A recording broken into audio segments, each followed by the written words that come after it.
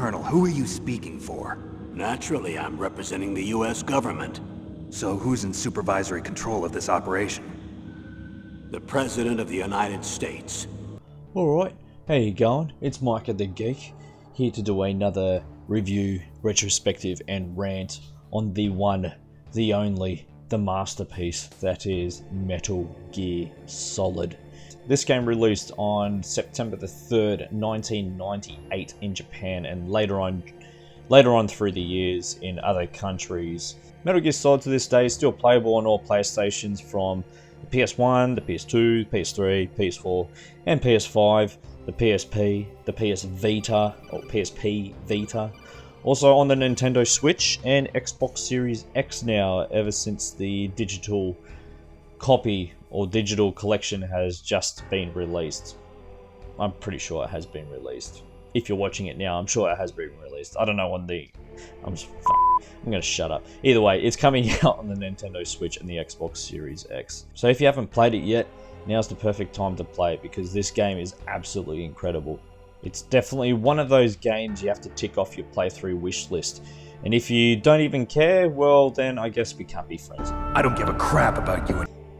And I was a 10-year-old boy when that game came out, so I was absolutely obsessed with James Bond, G.I. Joe, Action Man at the time. So stealth action heroes was in my vocabulary back then. I remember my brother coming home one day with a copy of the game and watching him play it for the first few hours, and for the first time as well. It completely blew my mind, seeing the cutscenes of the game with people talking and the credits rolling through the very beginning of the game. It just blew my mind, because growing up on the Nintendo, there weren't games where people were talking.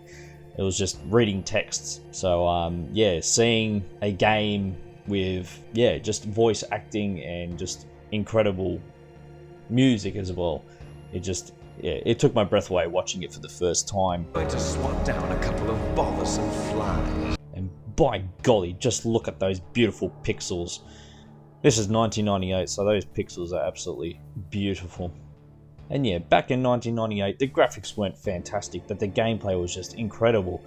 It didn't matter what the graphics were like. It was, as long as the game was playable, it had an awesome story. Another thing back then when you pick up these games is that you don't know if they're any good or not. So the only way to have a good idea if the games were good is by looking at the front cover of the game and turning it around and looking at the pretty pictures on the back, and then reading a little bit of the, I guess, the context of the game. So yeah, you didn't see many reviews back then, whereas today's days you can go on YouTube and find out if the game is good or shit. And thankfully enough, Metal Gear Solid is not shit. I do recall completing this game at least 10 times when I was a kid, playing on easy, medium and hard, trying to find different ways to play the game and trying to find glitches and secrets, because there's plenty of glitches and secrets in the game, as well as trying to complete it as quickly as possible. And I'm pretty sure I completed it in 2 hours and a half. And just a heads up, that's how quick I am in bed, ladies. Oh, gross. Anywho, get that nostalgic needle back out, shove it down your leg, and feel those memories come floating back into your central nervous system as we take a step back in time on Hideo Kojima's many masterpieces. Now, how can I start this video without this absolutely beautiful piece of sound and picture, which is the PlayStation startup screen.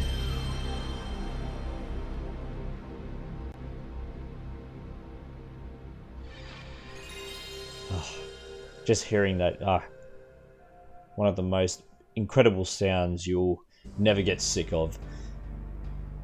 The game starts up and you get a moody start to the game. No fully sick intro with skits, music and action. It's literally the opening scene of the game, where you'll hear the voice of Colonel Campbell briefing Snake on his mission he is about to embark on. But you may be thinking to yourself, who the hell is this and what the hell is going on? Well, don't worry, after you experience the opening scene, you're greeted to the main menu to hear this absolute banger also.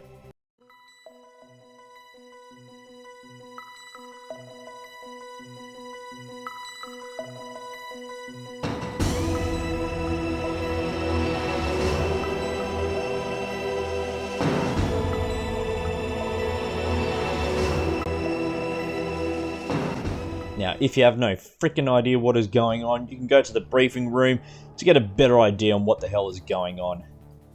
To make it easier for you, you play as Solid Snake. I'm a snake. Who is voiced by the one and only David Hayter. The nuclear shelter under Mount Washington. I suppose there isn't that much reason to worry yet. And hearing his voice in this game, it still makes me question my sexuality. Just listening to that voice. Ugh. Got it. I'll call if I'm feeling lonely. Absolute perfect voice for that character. I understand, Colonel. And the first thing you see in the briefing room is Snake butt naked in front of you, being interrogated or interviewed by Colonel Campbell, who I guess technically kidnapped Solid Snake from his home in Alaska. And why is he there, you may be asking? Well, let's go back and keep it brief. Solid Snake kills his father, Big Boss.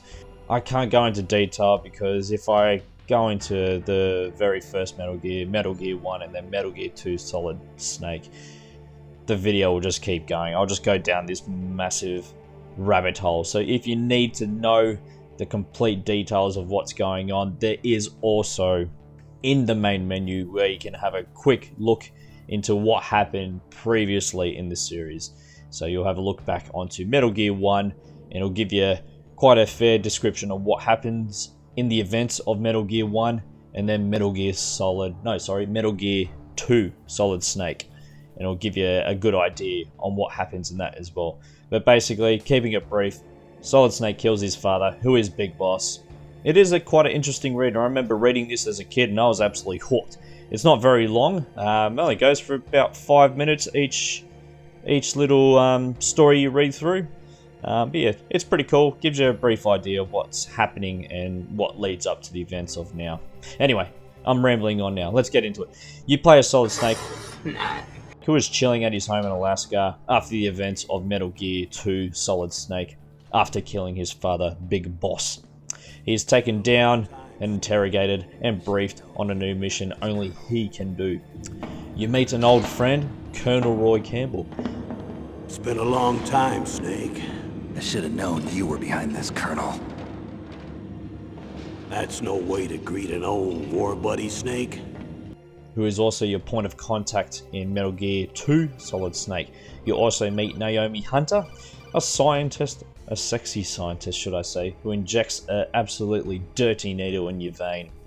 Now let me make that clear, she sticks a needle in you. Keep that in the back of your mind. What's wrong? You don't like shots? Anyway, the Colonel explains what's going on. Basically, a new version of Foxhound is running amok at a nuclear disposal weapon facility, and they are demanding the remains of Big Boss. And the person leading the group is called Liquid Snake. Liquid Snake? Yes. Who looks identical to Solid Snake. Absolute plot twist. In Foxhound, there is also Vulcan Raven, Decoy Octopus, Psycho Mantis, Sniper Wolf, wow, My hand! and Revolver Ocelot. And after a good half an hour into the briefing, he has 3 mission objectives. The first mission objective is to rescue DARPA Chief Donald Anderson. The second mission objective is to rescue the President of ArmsTech, Kenneth Baker. The third mission objective is to find out if the terrorists of Foxhound can launch a nuclear weapon if they don't get the remains of Big Boss.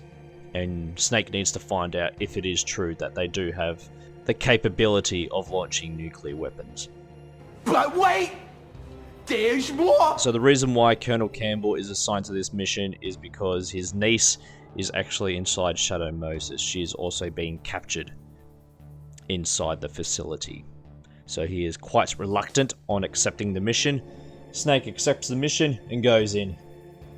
Now I remember hearing all the briefings and it pumped me up for the actual game, only to find out I died pretty much straight away because I didn't know how to play it.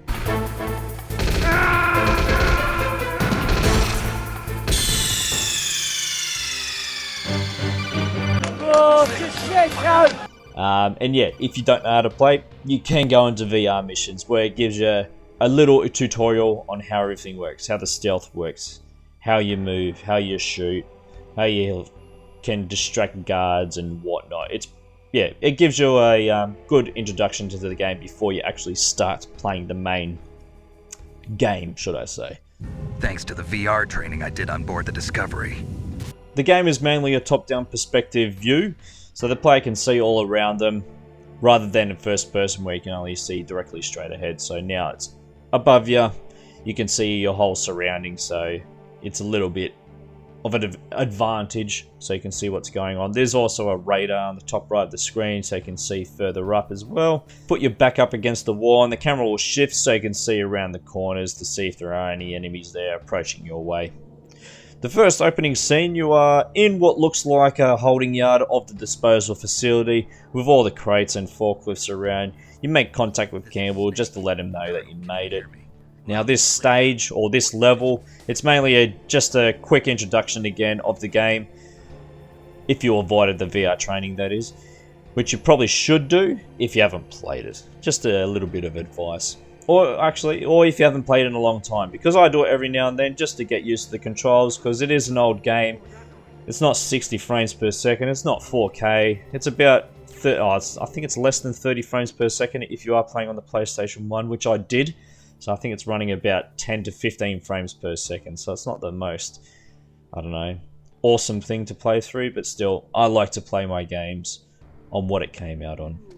You're a lousy liar. Yet again, I was playing on the revolutionary PlayStation Classic, which you would think the game should be at its best, since it's a port of some sort. But nah, PlayStation said, F you, give me your money, which funny enough, I did, because I'm a simp. PlayStation had OnlyFans, I'd sign up to it. Anyway, where was I? If you look on the top right of the screen on easy or medium, you can see the radar of the map as well as the enemies, which show you what they can see. Little cone shapes, and if you walk into their cones, that's it, you get caught. If you ever wondered where that sound comes from, if you didn't know where it come from, well, here it is. It's Metal Gear. Of course it's Metal Gear. Once they see you, the radar jams, you can't see anything on the top right of the screen, so you're pretty much on your own. The radar jams and you can't use it anymore. And you have a choice of either evading, hiding wherever you can, or kill everyone in the room and hope for the best. You make your way up into the elevator and you then see Snake doing a nice little striptease for the player. Which I think is a striptease. Just look at that body. He can do at least 50 sit-ups and 50 chin-ups without breaking a sweat. Where I can't do one with these scrawny arms. They're not scrawny. They're nice. And then the title appears. Oh my god. And you're probably thinking to yourself, what made Metal Gear Solid a good game? Well, I think mainly, in my perspective, it's the bloody story. It's a very captivating story with iconic characters and just a very engaging story. It wasn't over the top. It was very grounded for Metal Gear Solid at the time, where in the future series it does go, a bit overboard, especially in Metal Gear Solid 2. It does completely just go AWOL. Hey! Shut up in there, will ya? But Metal Gear Solid, it feels completely grounded, and it was just something completely different to every other game that you played back then, which I think is another reason why Metal Gear Solid sold so many copies back then, because it was a completely different game. It was a different genre, I guess, as well, since it's a stealth, whereas a lot of games back then, it was either platformers or shoot 'em ups or racing games. And Metal Gear Solid went down a completely different path. And it was completely different to a lot of games that you would have seen back then.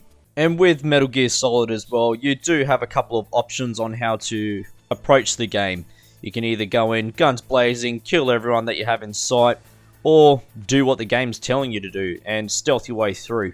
And if you do stealth your way through the game, it is very satisfying when you're trying to hide from enemies and sneaking by.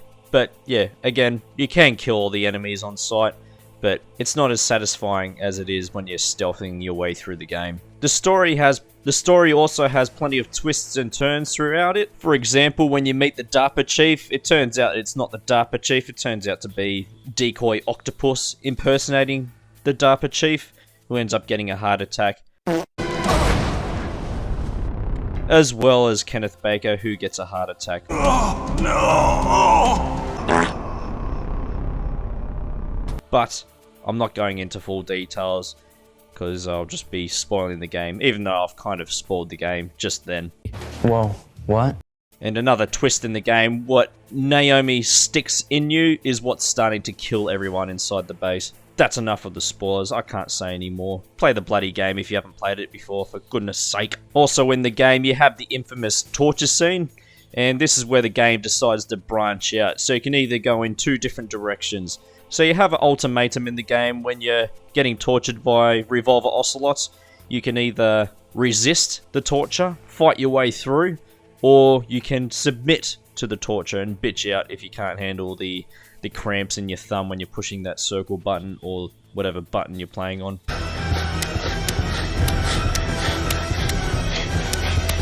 Bond, push the damn button! Do it now! If you do resist the torture, you get quite the happy ending. Everyone survives in the game. But if you do submit to the torture, someone dies in the game. But I'm not going to spoil it. You win. Gonna cry? But I'm sure a lot of the people watching this already know what happens. But yeah, there's just so many iconic moments in Metal Gear Solid. There's just so many I can think of, but I'll just keep going down this massive rabbit hole. The video's long enough as it is. Maybe I'll do another one in the future where I'll just go completely mental about the game, and it will probably just go for a freaking 3 hours for all I know. I'm a snake. And again, with a lot of iconic characters such as Revolver Ocelot. Well, as soon as you encounter Revolver Ocelot and hearing his voice, it was very intimidating for someone like me back then, especially when you don't actually meet him yet. You find yourself in the underground basement of the facility and you see Kenneth Baker completely roped up, getting ready for some BDSM action.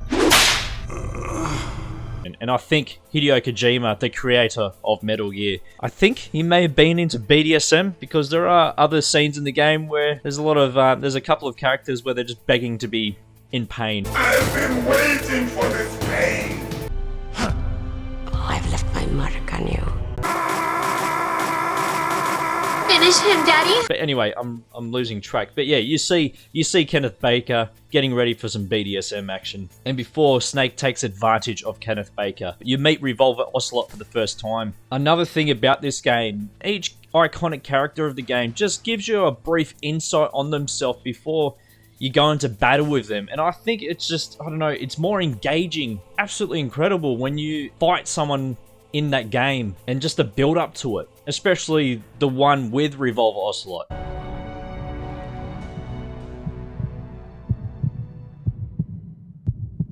Draw! I don't know about you, but hearing that heartbeat completely pumped me up for the fight when I was a 10-year-old kid. I don't know about you, but it's fucking incredible for me. The fight isn't too, or the boss fight isn't too crazy. It's a bit of a cat and mouse fight where you're running around in circles, trying to shoot each other as you're trying to avoid shooting Kenneth Baker as well. If you stand for too long, Ocelot will shoot you by making his bullets bounce off the wall.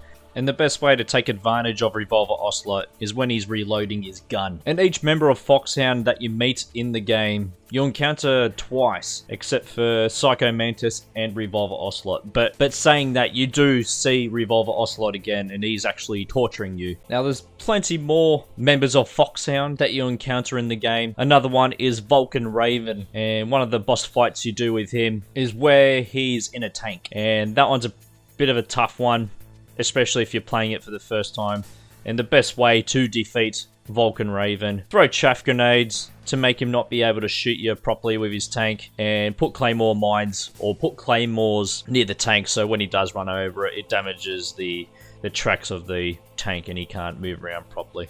And again, there's a little quick intro to Vulcan Raven before you go into battle with him. Pretty badass intro where Vulcan Raven shoots at Snake, and Snake does a fully skits backflip and lands on his feet doing a superhero pose. Back when superhero poses were cool. Superhero landing! Yeah, that's really hard on your knees. And the second time you encounter Vulcan Raven is in a cold room or a sub-zero room where it's nice and cold. it's freezing. You see the screen freeze up, and you're pretty much playing another game of cat and mouse with Vulcan Raven, where you can hear him breathing and running and shooting, and you're just running fanatically, trying to get away from him.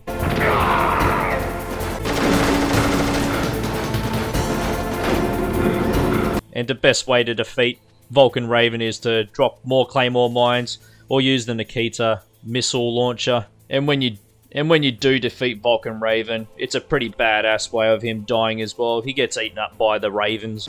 Hear me, Snake. My spirit will be watching you.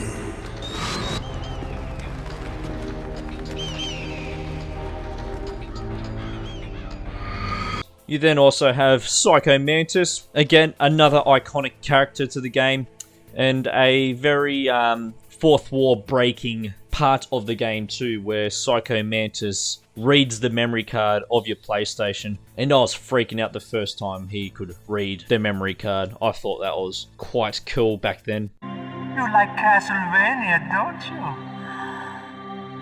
You enjoy role-playing games. I see that you enjoy Konami games. And another cool thing that Psycho Mantis does by breaking the fourth wall is by making your controller shake. He tells you to put the controller on the ground and he makes it shake for you. Put it down as flat as you can. That's good.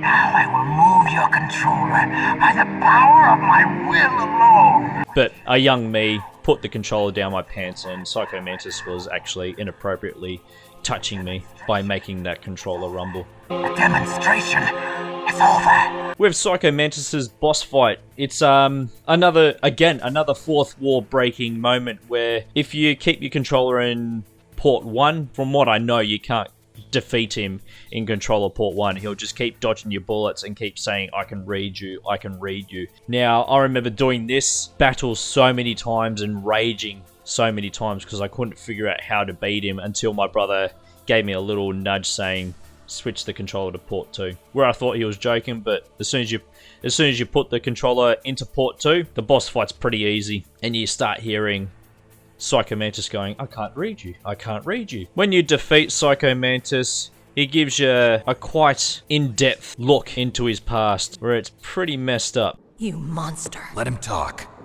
He doesn't have much time left. Another iconic character, which is Grey Fox, or the ninja, the cyborg ninja, that you first encounter when you defeat Revolver Ocelot. And the cyborg ninja slices Revolver Ocelot's hand off, which is pretty cool. Now, when you do encounter the cyborg ninja the second time, he's interrogating Hal Emmerich, aka Otacon. And then the ninja recognizes Snake, and they have a little bit of a tiff with each other. And the ninja begs Snake to fight him. Now, make me feel it. Make me feel alive again. And this is a pretty sick fight in the game where you're doing a whole bunch of fisticuffs, you're punching each other. If you use your weapon, he'll just deflect it with your sword, and sometimes attack you with the sword if you shoot him with a gun. There's a couple of phases in the boss fight. The first phase, he's just walking at you, trying to be intimidating, and you punch him up a few times. The second phase, it's pretty much hands-on. He's running, trying to punch you up. You're running, trying to punch him up. Third phase in the game, or third phase in the fight, he cheats a little and goes camouflage, and you have to find out where he is by listening to him talking through the speaker or your headphones. If you're on a monotone TV, you're pretty much screwed. You have to guess where he is. Fourth phase, he starts saying little hints saying, I remember that punch. He just reminisces on a fight that he remembers. And then after the fight, the ninja reveals himself to be Grey Fox. Now, if you don't know who Grey Fox is, you encounter Grey Fox in Metal Gear 1 and Metal Gear 2 Solid Snake. In Metal Gear 1, you encounter Grey Fox as a prisoner, and he helps you with little tips throughout the game. And in Metal Gear 2 Solid Snake, you encounter Grey Fox again, but he's the enemy. He pilots a Metal Gear which you destroy, and then fight Grey Fox in a minefield, which you then defeat him in the game. But he's resurrected into a cyborg ninja, and he's demanding Snake to kill him, or the ninja kills Snake. Another iconic character, which is Sniper Wolf, Hubbada. Back then, I had the absolute hots for Sniper Wolf, having a couple of pictures of her when I was a kid. Absolute sexy lady. And that voice too. Stupid man. She's probably one of the hardest enemies in the game because controlling the PSG-1 sniper rifle is an absolute bitch. Especially if you're playing with the PlayStation 1 D-pad. It is janky as hell. And you verse her twice in the game as well. One just outside the communications tower where she's on the second floor shooting at you. And then the second time you encounter her is when you're in the snowfield. Surprise, motherfucker! And when you defeat Sniper Wolf in the snowfield, it's a very sad, teary moment, which brought a little tear to my eye when you shoot her. She's just doing her job. Oh yeah, Otacon has the hots for Sniper Wolf as well. I loved you. Gay! And he has a bit of a jizz rag that he keeps with him. That has Sniper Wolf's scent on it, which he then gives the Snake. But Snake returns the jizz rag back to Sniper Wolf. I don't have any more tears to shed. Are those sad tissues or happy tissues? And speaking of Otacon, you also meet him as one of your allies. He helps you out with a couple of things here and there. He helps you break out of prison if you get stuck in there. He also gives you the stealth camouflage if you beat the game with him in it. And you build a bit of a brotherly love relationship with him, which then extends to Metal Gear Solid 2 and Metal Gear Solid 4. You're not in pain, are you? Huh? You feel okay? Nothing bothering you? What's wrong? Getting all friendly all of a sudden. No, nothing. I'm glad you're okay. Another ally is Meryl, which you do encounter at the beginning of the game, and you watch her character build up throughout the game. What do you mean? Hey, men aren't allowed in here. She's got a gun up against Snake's head, and she's threatening to shoot him, but Snake calls her bluff and finds out that she's just a rookie. Can you shoot me, rookie? Careful, I'm no rookie. Liar. That nervous glance, that scared look in your eyes. They're rookie's eyes if I ever saw them. You've never shot a person, am I right? You talk too much. You haven't even taken the safety off, rookie. I told you I'm no rookie. And you get to see her character develop throughout the game, how she's a little vulnerable here and there, and how she wants to become a soldier like her father. Meryl, a bit of a badass character. Same smart mouth. You're Meryl, all right. Bit of a tomboy. She likes to get her hands dirty, likes to beat people up, and she likes to get involved. And she has a valuable asset in the game, pardon the pun. I never forget a lady. So there's something you like about me, huh? Yeah, you've got a great butt. Oh, I see. First it's my eyes, now it's my butt. What's next? And one way of meeting Meryl as well is actually another fourth wall break where Kenneth Baker tells you to look at the back of the CD case if you do have the game, the physical copy of the game. And if you turn the game cover around, you'll see her codec number on the back of the case, or cartridge, or CD case, whatever the hell you're playing on. So yeah, another cool little fourth wall break in Metal Gear Solid. You also have Liquid Snake, the main antagonist of the game, who looks identical to Solid Snake, and which is revealed that they are twins. Again, I won't go full on into the details because I'm sure a lot of you are aware of it, and if you aren't aware of it, it's a friggin' awesome game. For fuck's sake, how many times do I have to tell you? So, the snake's finally come out of his home. Are you ready now, my brother? Why are you calling me brother? Who the hell are you? Now, with Liquid Snake, there are some pretty cool boss fights with him. First time you encounter him is in the Hind D, where you have to shoot him down with the Stinger missiles on top of the communications tower, which is a pretty badass fight. David and Goliath battle. And when you do defeat Liquid Snake, Snake does his little badass line at the end of it.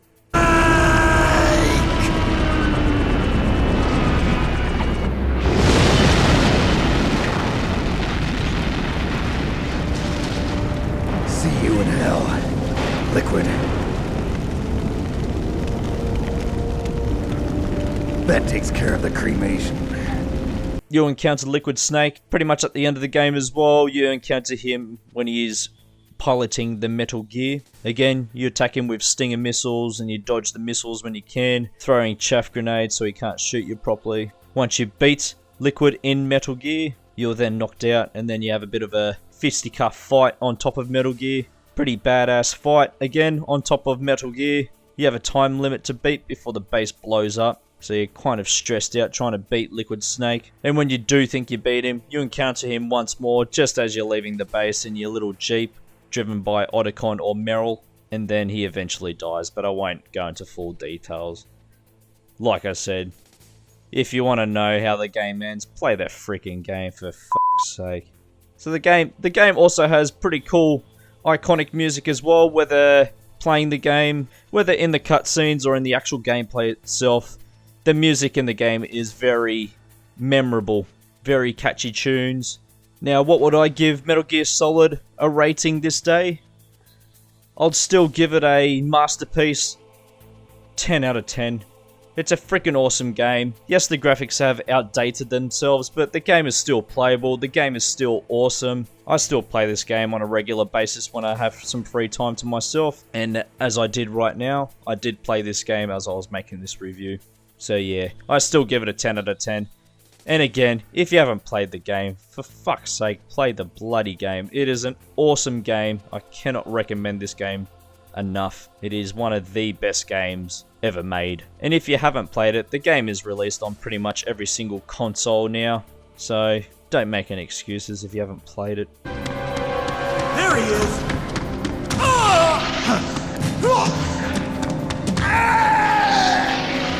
Now, if you enjoyed the review, retrospective, and rant on Metal Gear Solid, be sure to like and subscribe for future content.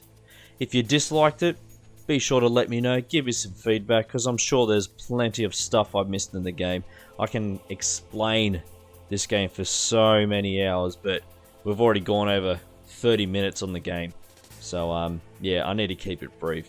But anyway, like I said, I hope you enjoyed the review, retrospective, and rant on Metal Gear Solid, and we'll see ya on the next review, retrospective, and rant. Ciao.